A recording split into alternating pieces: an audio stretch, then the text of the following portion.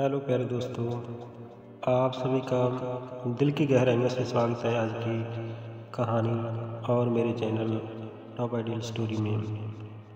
आइए चलते हैं आज की कहानी की तरफ। आज की कहानी गांव के एक गरीब बच्चे की और उसकी दोस्त एक प्यारी सी बुलबुल की है। एक गांव में एक लड़का रहता था जिसका नाम आनंद था। वो लड़का बहुत ही भोला भाला और नेक इंसान था। वह हमेशा हर एक की मदद करने के लिए तैयार रहता था। उसका दिल बहुत ही कोमल था और कभी किसी का बुरा नहीं करता था।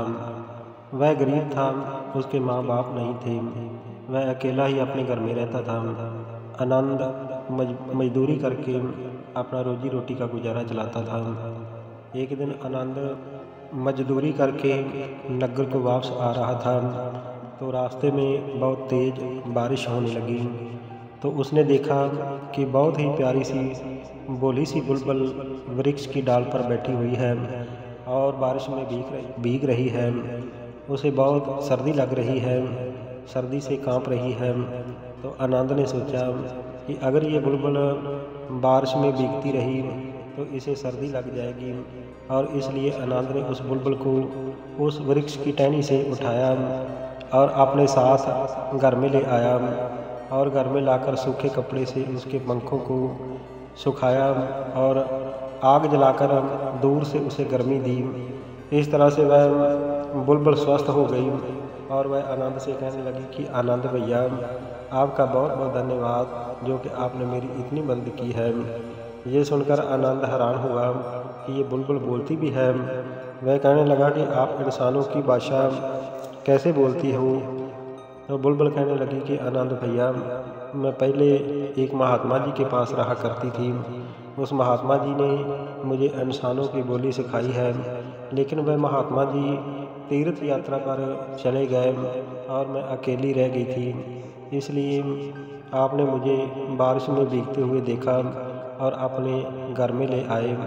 तो आनंद को बड़ी खुशी हुई क्योंकि वह अपने घर में अकेला था और वह उस बुलबुल के साथ बहुत प्यार से रहने लगा। घंटों तक रात को दोनों बातें करते, एक दूसरे को लंबी लंबी कहानियाँ सुनाते। तो वह दोनों भाई और बहन की तरह रहने लगे। आनंद बहुत ही नेक इंसान था। वह हमेशा हर एक का बड़ा ही करता था। एक दिन की बात है कि आनंद शहर से एक पिंजरा लेकर आया और उस पिंजरे को देखकर वह बुलबुल उदास हो गई।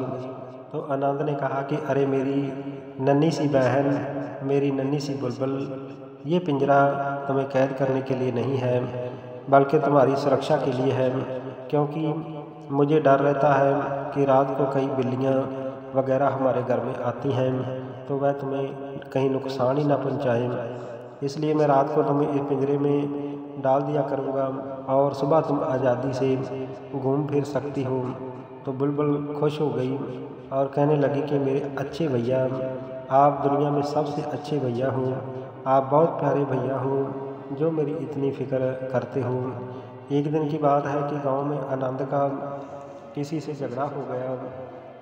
झगड़ा बढ़ते बढ़ते ज़्यादा बढ़ गया तो आनंद ने उस आदमी के मुंह पर एक थप्पड़ मार दिया। वह आदमी बहुत ही गुस्से में रहने लगा।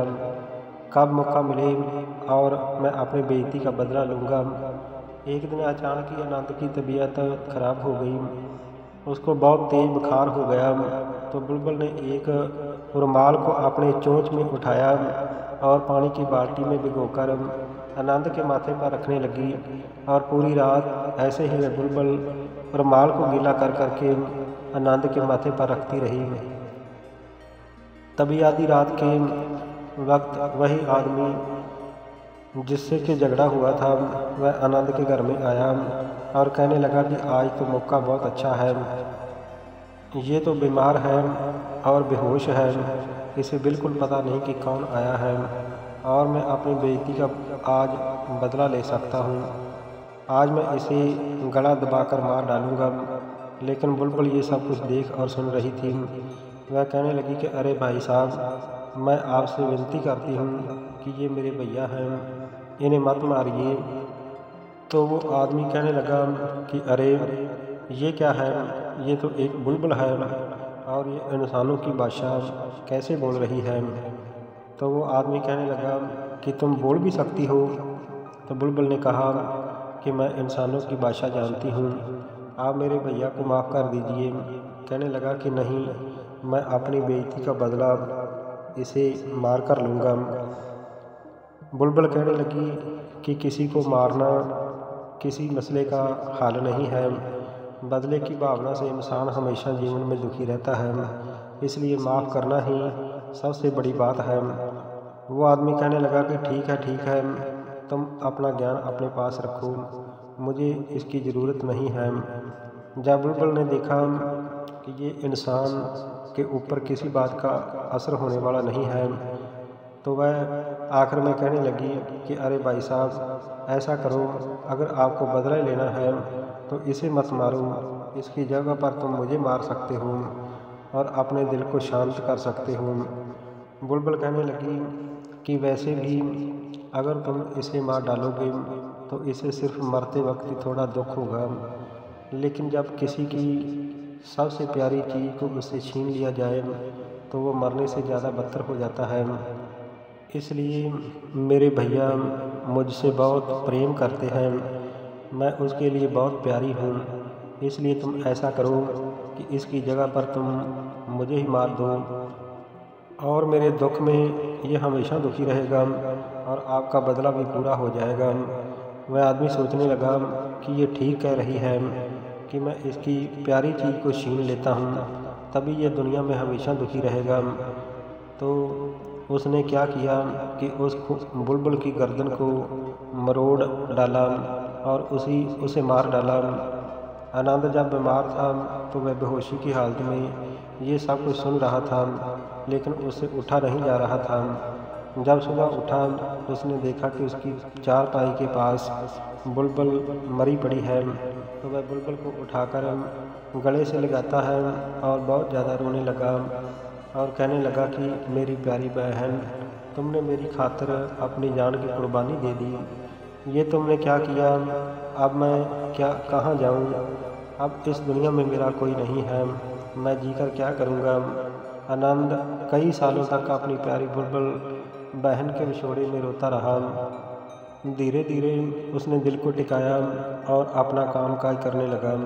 तो प्यारे दोस्तों, ये थी आज की एक मोटिवेशनल कहानी। ये कहानी हमें ये सीख देती है कि जो नेक इंसान होते हैं वह सदा ही हर काम नेकी का करते हैं, लेकिन जो बदी की सोच वाले इंसान होते हैं वह हमेशा बदी ही सोचते हैं और बदी ही करते हैं।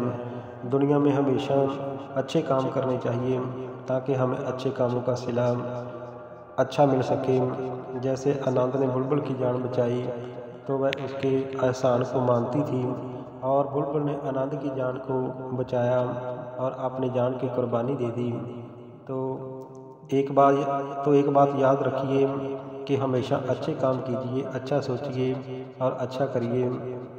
अगर ये कहानी आपको पसंद आई है तो कृपया मेरे चैनल टॉप आइडियल स्टोरी को लाइक, शेयर और सब्सक्राइब जरूर कर देना। आप सभी का बहुत बहुत धन्यवाद। हमेशा अच्छा सोचो, अच्छा करो और खुश रहो। वंदे मातरम। जय भारत।